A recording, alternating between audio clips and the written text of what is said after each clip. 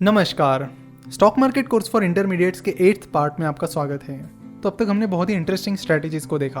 अलग अलग इन्वेस्टर्स की अलग अलग स्ट्रैटेजीज होती है जिसे वो फॉलो करते हैं, और जितने भी इन्वेस्टर्स के बारे में हमने बात की वो काफ़ी सक्सेसफुल इन्वेस्टर्स हैं। तो इस लेक्चर में हम बात करने वाले हैं दुनिया के one of the most successful fund managers mister Peter lynch के बारे में। मिस्टर पीटर लिंच के बारे में हम कई बार बात करते रहते हैं। उनकी बुक की समरीज भी हमने यूट्यूब पर कवर की है, जैसे कि one upon Wall Street, learn to earn etcetera. तो आज हम पर्टिकुलरली उनकी इन्वेस्टमेंट स्ट्रैटेजी के बारे में बात करेंगे। उनकी इन्वेस्टमेंट स्ट्रैटेजी के बारे में जानने से पहले हम उनके बारे में थोड़ा ब्रीफ में जान लेंगे। 1977 से वो फिडेलिटी इन्वेस्टमेंट्स का मैगेलन फंड मैनेज करने लगे और फिर 1990 तक उन्होंने वो फंड मैनेज किया। इस दौरान उन्होंने एवरेज सालाना 29.2% का रिटर्न दिया, जो कि बहुत ही ज़्यादा एक्स्ट्राऑर्डिनरी रिटर्न था। और जब तक मिस्टर पीटर लिंच उस फंड को मैनेज कर रहे थे, वो फंड उस समय दुनिया में सबसे ज़्यादा रिटर्न देने वाला फंड बन गया। 1977 में जब उन्होंने वो फंड मैनेज किया था तब वो $18 मिलियन मैनेज कर रहे थे, और जब उन्होंने वो फंड छोड़ा तब तक वो अमाउंट $14 बिलियन तक पहुंच गई थी। यानी उस फंड का एसेट अंडर मैनेजमेंट 13 सालों में $18 मिलियन से $14 बिलियन हो गया था। तो अब बात करते हैं मिस्टर पीटर लिंच की इन्वेस्टमेंट स्ट्रैटेजी के बारे में। मिस्टर पीटर लिंच की मेन स्ट्रैटेजी ये है कि invest in what you know, यानी जिन चीज़ों के बारे में आपको पता है आप उससे रिलेटेड कंपनीज में इन्वेस्ट कीजिए।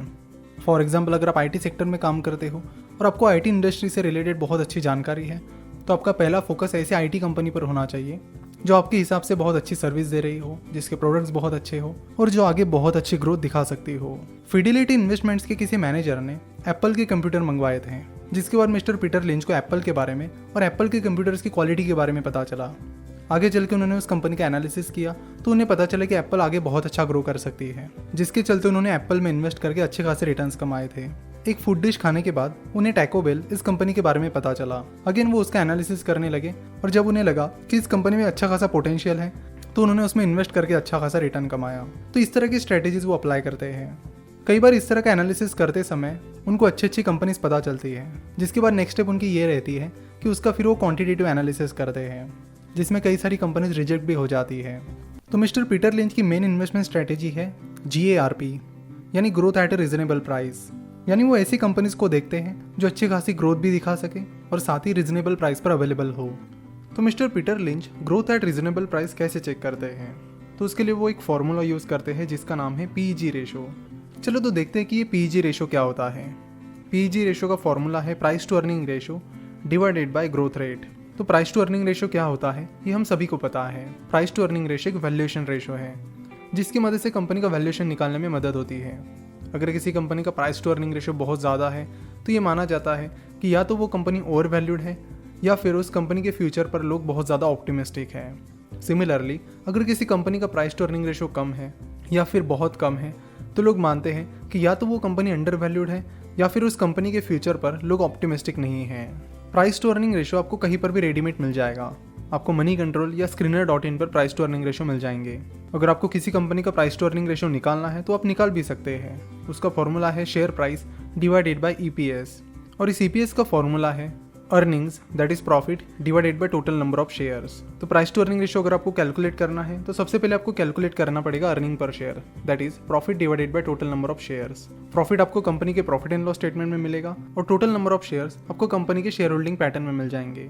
तो प्राइस टू अर्निंग रेशो आपको हर टाइम निकालने की जरूरत नहीं होती, ये रेडीमेड ही मिल जाता है, तो रेडीमेड ही यूज़ कर लीजिए।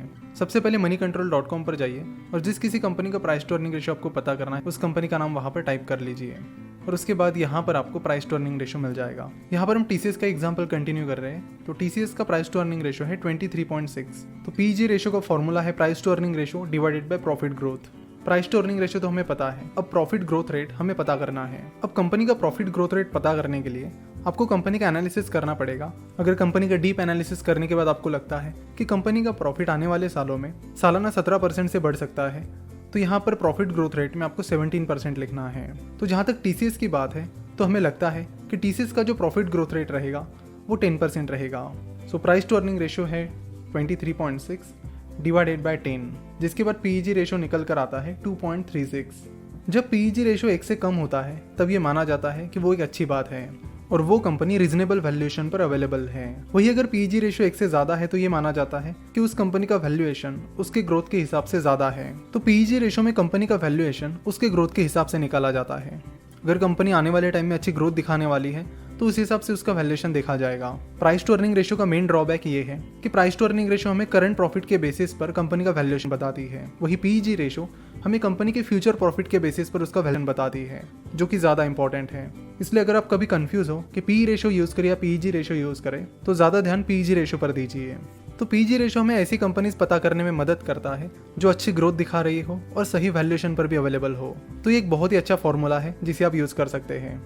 तो मिस्टर पीटर लिंच ने सही कंपनीज ढूंढने के लिए और उनका वैल्यूएशन पता करने के लिए हमेशा पीजी रेशियो का यूज़ किया है, तो आप भी उसे यूज़ कर सकते हैं। तो मिस्टर पीटर लिंच की स्ट्रैटेजी बड़ी सिंपल थी। कंपनी ढूंढने के लिए सबसे पहले वो देखते थे कि जिन इंडस्ट्रीज के बारे में उन्हें पता है या जिन कंपनीज के प्रोडक्ट्स या सर्विसेज के कम अक्रॉस वो आ रहे हैं, उन कंपनीज का एनालिसिस करना और देखना कि उनमें से कौन सी कंपनी बेहतर है, और उसके बाद पीईजी रेशियो यूज़ करके उस कंपनी का वैल्यूएशन चेक करना कि क्या उस कंपनी के ग्रोथ के हिसाब से उसका वैल्यूएशन सही है या नहीं।